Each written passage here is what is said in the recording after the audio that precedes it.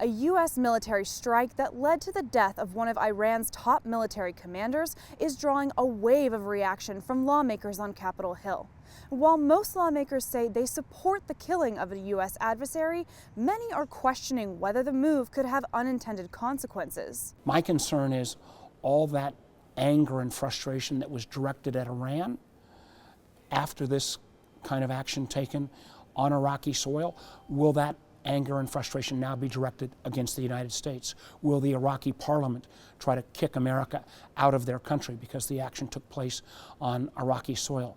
These are the kind of questions that I'm not sure the administration has fully thought through. Massachusetts Congressman Seth Moulton, an Iraq War veteran, saying in a statement, Qasem Soleimani was an enemy of the United States with American blood on his hands.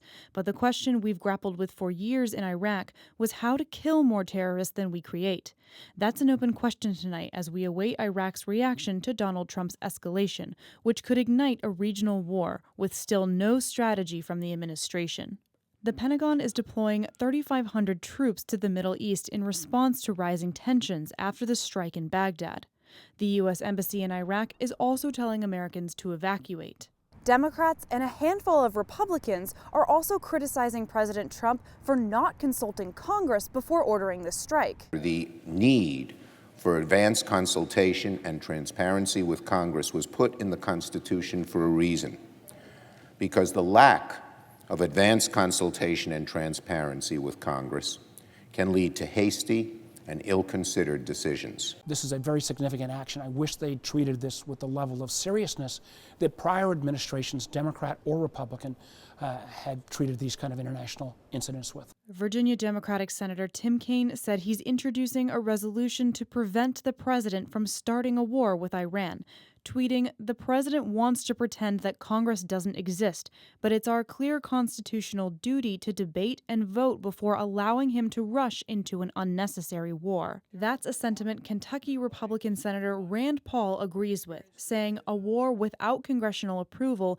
would leave no clear mission for U.S. soldiers. Most in the GOP, however, are pushing back on those criticisms. North Carolina Republican Congressman Mark Meadows tweeting, "This Democrats weren't notified talking point purveying media is totally absurd. I was a member of Foreign Affairs for 6 years. I never got notified of something like this.